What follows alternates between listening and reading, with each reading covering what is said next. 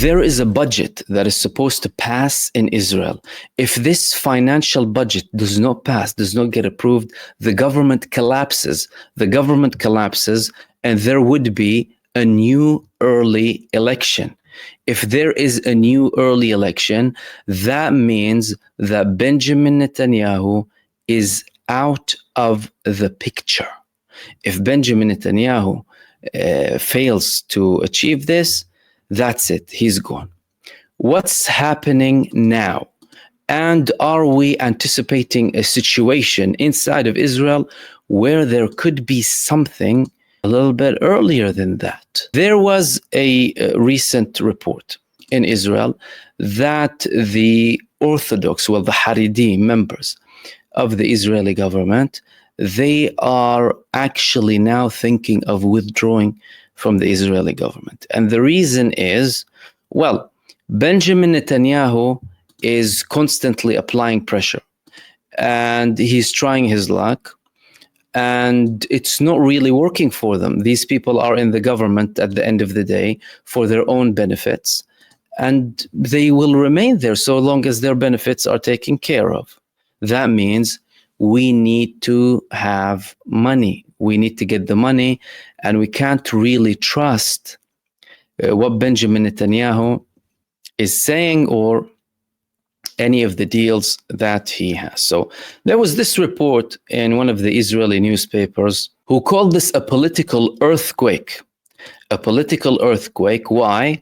Because the Haredim estimate that the minister Yitzhak Goldenkopf will announce his resignation from the Israeli government.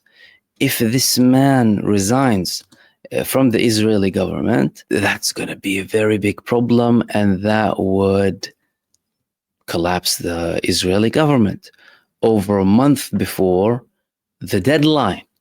And if Goldenkopf resigns, and this resignation would be primarily linked with the interests of the Haredi members of the government who are there only to serve the interests of the Haredi community primarily, it would have a domino effect. Everyone will know, because at the end of the day, well, all of them don't want conscription. All of them refuse even recruiting, for example, 17,000 people urgently to the Israeli army. This is a number that's often mentioned in the Israeli media. Well, all this will affect all of us. Now, leaders of this community previously stated that we would rather die. They have protests in Israel. As a matter of fact, many of them say, they believe the resistance leaders and they prefer them to Benjamin Netanyahu, because according to them, they're believers when Netanyahu is a non-believer. Okay? So their communities have very harsh views. Likewise with the leaders. Now, Benjamin Netanyahu tried to already previously many times to reach a deal.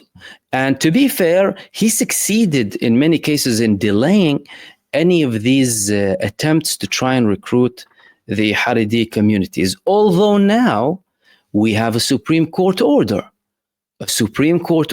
ordering the Israeli government to recruit 17,000 people. And when Israel goes and tries to forcefully recruit them, they will have massive protests and they will have clashes with the Israeli authorities. Netanyahu at the moment is trying to act like, I'm not doing anything. Let's see if it can work out, and let them batter each other. But some of the members of the government are seeing through him. They're seeing what he's doing. And to a level where they're willing to have a step ahead and resigning from the government, which will immediately collapse the Benjamin Netanyahu government. And by the way, many of them were already in talks with certain members of the opposition. Members of the opposition who constantly talk about the need to recruit them and the need to have them, and responsibility to share the responsibility of being in the army. However, if they have a deal with them, don't be surprised if the opposition does a 180 and they do not enforce anything. And by the way, this enforcement and this desperation proves how much of a bad state the Israeli army is in.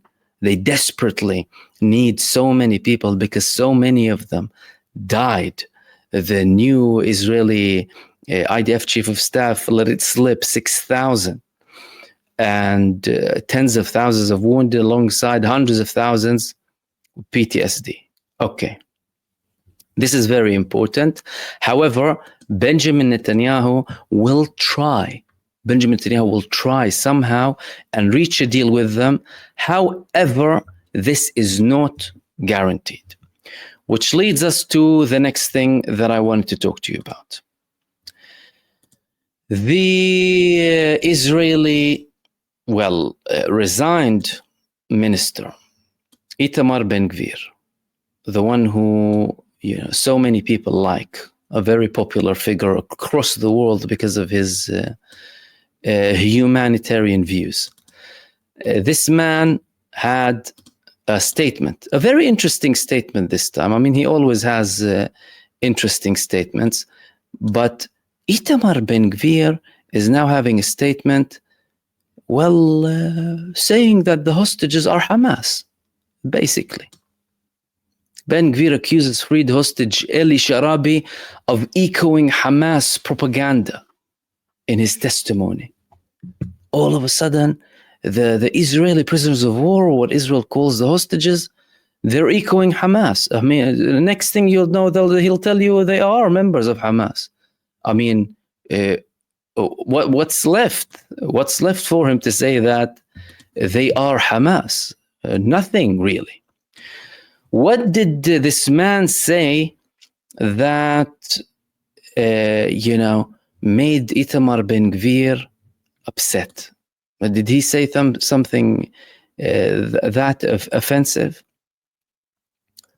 Well, he said that something very simple. This man said, who was held by Hamas. He said to an Israeli interview he had in,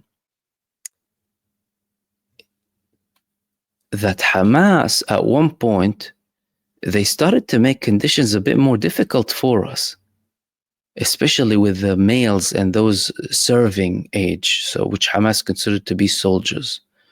Not the females, not the elderly. Young males who Hamas considers to be Israeli soldiers, whether they were serving at that time or not. And this man was one of them. He said, to be fair, they started to have this approach not only because of the Israeli siege and the starvation, and of course these people will also starve too, but they also did that because Israel worsened the conditions of the Palestinian prisoners inside of the Israeli prisons, and they were abusing the Palestinians. Now, why did Itamar Ben-Gvir find that very offensive? And he was very upset. It's because Itamar Ben-Gvir was in charge. Itamar Ben-Gvir was in charge. He was ordering the prisons to make it more difficult. He used to say, end the summer camp treatment that you give these people.